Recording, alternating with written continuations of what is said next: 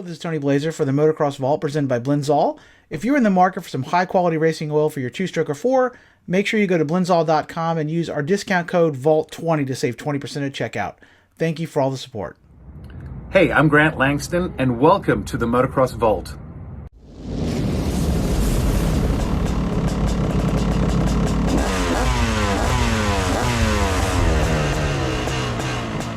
Hello and welcome back to the Motocross Vault. My name is Tony Blazer, and what this video is going to be is a look back at Honda's 1988 CR250R. This is an important machine for Honda. It really was a major turnover year in terms of design.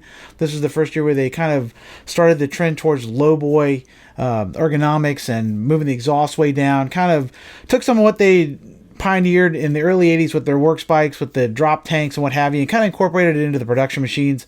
This bike was just an eye-popping machine when it came out. I remember as a kid looking at it, just thinking it was the most amazing looking motorcycle. I didn't really love the change to the deep red. I think it's cool now. They only did it 2 years where they had 88 and 89 where they had this real deep red. At the time, I loved the Honda orange, like on my XR shirt here, and I thought that was a really good look. It's one of my favorite iconic looks, certainly at the time. I loved it. And this change in 88 I thought was kind of strange, but now I think it looks great. And this machine was completely redesigned for 88. In 87, Honda had the best machine in the 250 class. It was really a world beater. Great bike. Rick Johnson was kicking everybody's butt on the track on it, and the production version was pretty much just as good. It was a great overall machine. 88, they made a lot of changes, completely redesigned the bodywork. The motor was more or less an 87 design with a lot of significant changes, though, and it ended up running very differently. The performance actually turned out to be kind of lackluster. It was really shocking at the time because, Honda had really waxed everybody in 86 and 87 with these really great machines. In 88, they come out with this all-new bike that looks amazing, but turns out to have, fairly mediocre performance on the track. Most of the shootouts picked it, towards the back in 88. The motor was pretty mellow. It was kind of, even though on the dyno it showed it had great power, it didn't have a lot of hit. It was one of those lap time motors, long, strong pull, but no hit, and it made the bike feel slow compared to the old CR. And a lot of people didn't really care for it that year. The suspension, too, was a little whacked out. This was the first year for the Delta Link, which was more of a supercross-style rear suspension designed to, be able to hit, hard, strong, sharp whoops without having a problem. But on an outdoor motocross track, it was a little busy. And really, unless you were capable of, pinning it to the stops like a Jeff Stanton or a Rick Johnson, it didn't work that well. So in spite of the fact that the bike looked great, it was maybe not the best performer in 1988, but it's still an iconic machine, certainly a really popular machine in terms of collectors and what have you. If you like this sort of thing and you like to check out some other videos, I've done a history of the complete CR250 in 1973 until 2007 when it was retired. I've done several other retrospectives on other models. I just came out with one on the Kawasaki KX500 as well, talking about all the different versions of that from the early 70s until it was retired in the early 2000s.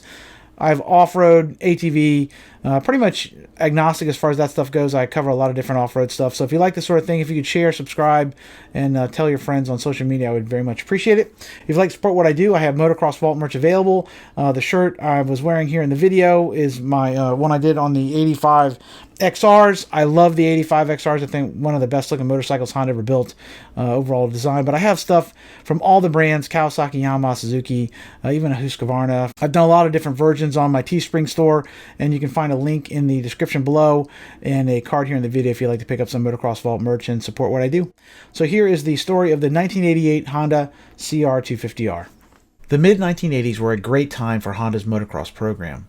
After a bumpy start at the beginning of the decade, they came roaring back with a string of shootout-winning hits and iconic machines.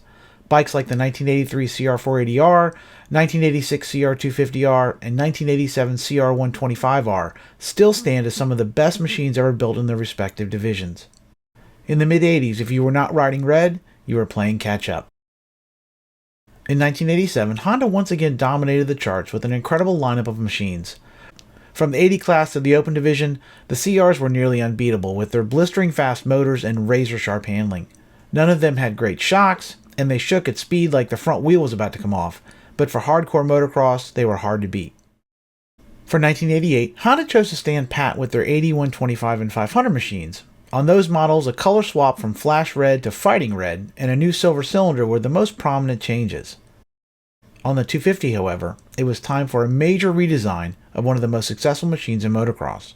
Visually, the new CR250R looked quite different than the machine that had taken Rick Johnson to the 1987 AMA 250 motocross title the year before. In addition to a new deeper color of red, the redesigned CR featured striking new bodywork that made it look like the equivalent of a two-wheeled Ferrari. Sleek and low-slung, the new tank harkened back to the days of Honda's unobtainable works bikes of the early 80s. Mated to that tank was a new longer and flatter seat that carried all the way up to the gas cap, and an odd-looking new lowboy exhaust that bulged out instead of up. While the side plates, fenders, and fork boots were a carryover from 1987, the new color scheme gave them a fresh look. Underneath the sexy new bodywork, Honda also had a long list of technical changes on tap for 1988. A new frame was spec'd that lowered the center of gravity, reduced weight, and improved handling. The main frame backbone sat a full inch lower than 1987, and the swing arm pivot was fully boxed for the first time to reduce flex. The wheelbase was shortened by an inch, and the geometry was altered slightly to improve turning, and hopefully reduce the CR's notoriously bad headshake when coming down from speed. On the suspension front, the new CR250R retained the award-winning 43mm Showa conventional cartridge forks it had used in 1987, but added new valving and a change in spring rate to match the new chassis.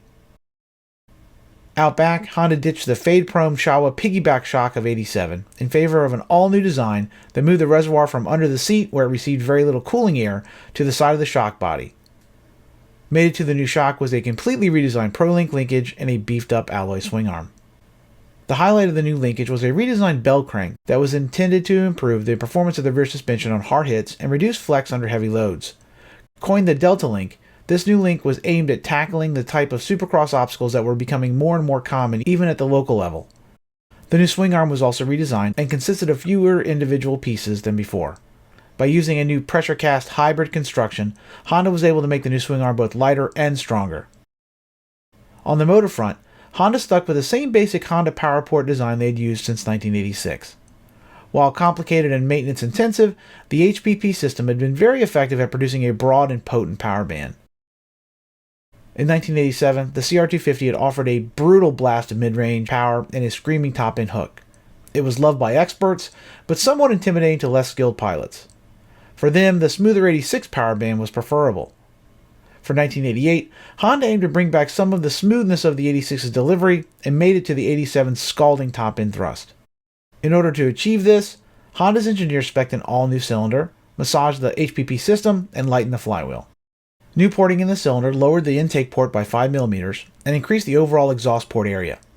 In the Honda PowerPort system, they extended the valves to cover more of the exhaust port when closed and changed the linkage to open wider when fully engaged. The centrifugal ball governor was also modified to open at an earlier RPM, and the ignition was rewired to provide a hotter spark. Internally, the CR remained a 5-speed, but new ratios harkened back to the 85 transmission and tightened the spaces between cogs. In 1987, the CR250 had suffered some reliability issues, so Honda made a few changes for 1988 to address these problems. Both the upper and lower rod bearings were beefed up, and a new piston was installed with a stronger crown and new low-friction rings. The cylinder remained Nikasil plated, which meant excellent heat transfer characteristics, but no overboring if there was an issue. The intake was modified to seal better, and a new 4-pedal reed valve was installed and mated to a redesigned airbox. The airbox offered a larger volume for 1988 and featured a new dual-stage filter to help prevent dirt and dust from making its way into the motor's more delicate parts. The carburetor remained a 38mm flat-slide Keihin and offered new jetting to match the revised motor settings. On the track, the 88 Honda turned out to run completely different than the year before. Gone was the explosive hit and blistering acceleration the 87 CR had become famous for. Instead, the 88 version pumped out a slow-building and electric style of power that offered no hit whatsoever. Top-end power was still strong, but the lethargic delivery made it feel slower than it was. The actual spread of power was quite impressive, and it pulled over a broader range than the year before, but most riders preferred the snap of 1987. While low-end power was improved for 88, some of that gain was mitigated by the CR's atrocious stock jetting. As delivered, the Honda burbled off the bottom in foul plugs like a mosquito fogger. Once it was leaned out, it ran much better, but it tended to ping on pump gas when ridden hard. Just to be safe, running a mix of 50-50 race gas was always advisable. On the suspension front, things were once again a step in the wrong direction. In 86 and 87, Honda had dominated the fork wars with their works-like Showa cartridge sliders. They were head and shoulders better than most of the competition and a huge advantage for the red team. By 1988, however, all the CR's competition had moved to cartridge internals, and they no longer held a massive advantage over their competitors. In addition to this different competition, Honda faced setbacks of their own making in 1988. The new tapered two-stage valving and spring choices made for 1988 ruined what had previously been the best forks in the business. They packed under braking, bottomed over jumps, and generally beat you to death everywhere in between. There was too little compression damping, not enough spring rate, and too much rebound. Once the best forks in motocross, Showa's wave washer units took a major step back in 1988. Out back, the new Delta Link did not fare much better and offered a punishing ride at anything below a flat-out pace. The new linkage worked well on supercross whoops and big hits, but at moderate speeds, it pounded the rider to death. On an outdoor track, it hopped and skipped under power and hit a wall of damping midway through the stroke. If you were as fast as Rick Johnson and slammed into stuff like a man possessed, it worked very well, but if you backed off to a mere mortal's pace, it kicked, bucked, and protested. While the motor and suspension changes for 88 met with rather lackluster reviews, the rest of the CR's package was an unqualified hit. The new layout was razor thin and far easier to move around on than 87. The seats, bars, grips, and controls were all the class standard, and nothing else on the track was as comfortable as the red machine. Even though the bike was only 1 pound lighter on the scale, it felt closer to 15 pounds lighter on the track. That excellent rider position and light feel paid major dividends on the CR's feel on the track. Compared to the other machines in its class, the CR felt like a featherweight 125. It was tossable in the air and nimble on the ground. Turning was incredibly accurate, and the Honda could carve underneath any other 250 on the track. With its excellent ergonomics and slim pilot compartment, getting forward for turns was a piece of cake, and the pilot always knew what the front wheel was doing. Unfortunately, sometimes that also included oscillating from lock to lock. While slightly more stable than before, the new CR continued its predecessor's habit of breaking into fits of headshake when coming down from speed. Once the suspension was sorted, the CR became a bit less sketchy, but its propensity to develop the shakes never went completely away. Detail-wise, the new CR continued to lead the class with excellent quality components front to rear. Both the fit and finish of the bodywork and the quality of the fasteners were a cut above the competition. The quality of the stock grips, bars, and levers also led the field. In spite of the switch from braided steel to plastic on the brake lines, the CR also continued to dominate the brake wars. The clutch and transmission were also praised for their durability and feel. Unlike many other machines at the time, misshifts were never a problem on the CR. While overall the CR proved very reliable, there were a few first-year issues. Probably the most glaring of these problems was with the new Delta Link. Not only did it not work particularly well, it also liked to bend linkage bolts at an alarming pace. Once bent, getting them out could be a nightmare, and if you replaced them with more OEM bolts, they were sure to bend again.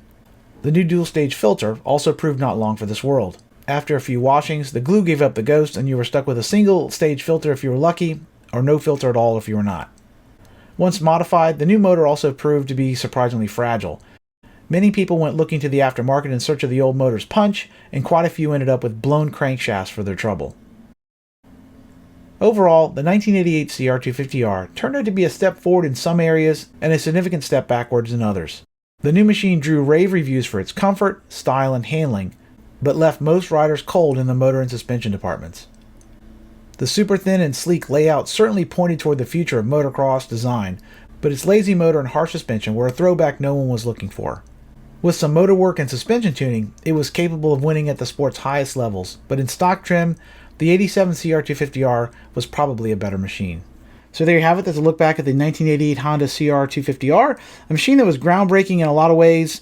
Certainly in terms of overall, bodywork design, the layout was lower, leaner, slimmer than most other machines at the time, and kind of pointed the way towards how bikes would all be in the 90s. Honda kind of kept going forward with this, pushing the envelope forward until 97 when they came out with the aluminum frame. They kind of did a paradigm shift there, but the overall bike though was kind of this little blueprint for it going forward. I had I've ridden the 89. I never ridden an 88. The 89, very hard hitting, very different motor. After this 88 model was kind of lackluster and a little bit, I wouldn't say it's slow, but people thought it felt slow.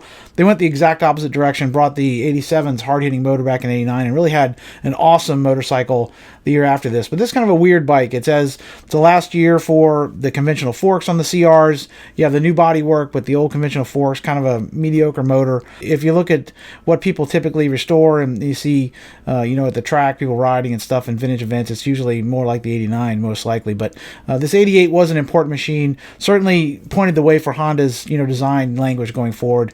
And certainly, again, very good in terms of the way the layout was, the way the machine felt. But the motor and the suspension were a little off this year. But overall, still a great looking machine. You can't go wrong with it. If I had one, I would love to have it restored now and ride. It'd be fun. So who cares what they perform? It's a 1988 motorcycle now. So if you like this sort of thing, if you'd like, subscribe, and share on social media, I would very much appreciate it. If there's a particular model you'd like to see me do, leave a comment in the comments below, and I'll be happy to see if I have the information to do it. I'll try and make it happen in the future. So until we meet again, this is Tony Blazer from the Motocross Vault. Keep the rubber side down. Peace.